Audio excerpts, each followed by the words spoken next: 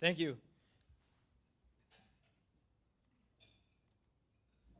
We continue forward in 2022 with our council members. There's been no change, and they really make the decisions that I'll highlight here as part of the presentation for individuals to take a look at.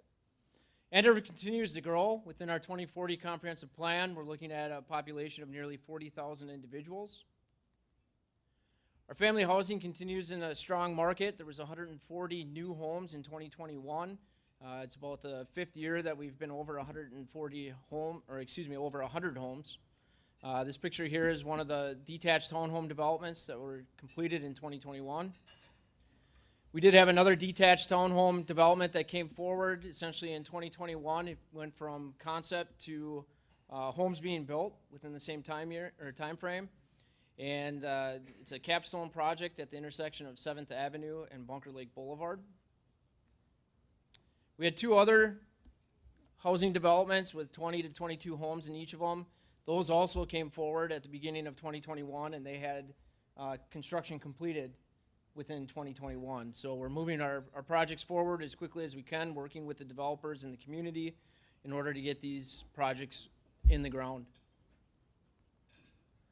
Meadows at Peterson Farms. This is an acreage lot development that's occurring on the north end of the city of Andover. This is the second phase, and there was 48 home sites that were built or created as part of this, and they are starting to have some preliminary discussions about potentially a third phase for this year. They're seeing some strong demand for the rural sites. Again, this would be private water and also private septic. It's outside of our MUSA. That's the key. New businesses. Our community has seen new businesses move into our borders. One of the things to comment is the majority of them are taking some spaces that previous businesses were at. Unfortunately, with the economic environment and some of the COVID restrictions, some of the businesses didn't make it, but we have been lucky where we've been able to refill those spaces relatively quickly. Our growing tax base, our taxable market values are over $3.8 billion within our community. We do have a strong outlook for growth. We have additional land that's available. One of the items that we've been working with is with Lennar, and they are working on some property off of Prairie Road. And what we have here is about 387 home sites. It'd be a mixture of their single family and then some of their villa-style products. At this point in time, they do have a final plat submitted to start with 66 home sites. And that would be the upper right portion of this. They're looking at starting that. One of the things that's interesting about this is Lennar is actually pulling on the left-hand side. You can see there's actually a railroad track there, and they're pulling the utilities from that location, bringing it under Prairie, and servicing that northeast corner. Some additional potential sites that we have, as I mentioned earlier, we have the area next to Peterson Farms. That's kind of the upper left-hand corner there. The large oval, that's our rural reserve. There's 1,000 acres in that area. About 400 right now are considered upland, but we do have the ability, talking with the watershed, to look at some rate control and some other items to try to increase that potential developable land in that area. And then there's a smaller piece just to the south of that as well. This map does show some of the other developments that we have occurring with home sites available. We have a growing tax base. One of the projects that we've been working on late fall and into this year with the intention of seeing construction this spring. We, again, at the intersection of 7th Avenue and Bunker Lake Boulevard, we have a couple developers working together to develop this piece. The gray areas are potentially 4 sites for commercial buildings. The top yellow is a 150 unit market rate apartment building, which would have indoor and outdoor community spaces, dog park, and also a dog wash.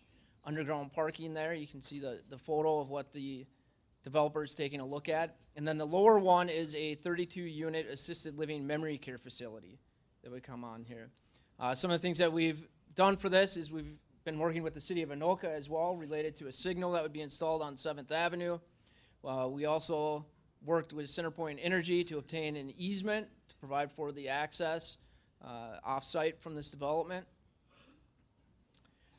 We continue forward with our redevelopment opportunities off of Bunker Lake Boulevard and Crosstown. Right now, the RE/MAX building is there. You can see in yellow, those are the properties that the city's acquired since about 1997. The red ones are the ones that the city has removed from the property, and there's the potential that another building would come down. Something that the city's been doing is, as they've acquired the property, we've really tried to minimize the impacts to the residents that are living there and allow them to continue to live there until they deem they're ready to go and move on to a different location. We continue with our park improvements. We have replacement plans for our park infrastructure, and we continue to replace the equipment as needed. Something that we're doing again this year is approximately 7 miles of mill and overlay within our community. I believe it's about $2.5 to $3 million, and we're looking at trying to continue that process for the next couple of years as well. Our community center and the YMCA expansion is complete. There are several items that were added to the facility, and it's definitely been a draw for our community. One of the things I want to point out is not only did the city add a new gymnasium, but the YMCA also added a wood floor gymnasium as well. The North Suburban Home Show, made up of Andover, Anoka, and Coon Rapids staff, and also the Anoka Area Chamber of Commerce. The last 2 shows have been canceled because of COVID and the restrictions that were in place there. This year, however, we are continuing to move forward, and we are filling up slots for that. One of the things I do want to note is we've actually expanded into that 4th gymnasium that the city of Andover constructed as part of that community center, so we can get a few more vendors in there. We also increased the booth size as well, so we're looking forward to a good turnout. That's on Saturday, March 12th from 8 to 2. Hopefully I can see some of you there. With that, I thank you for your time.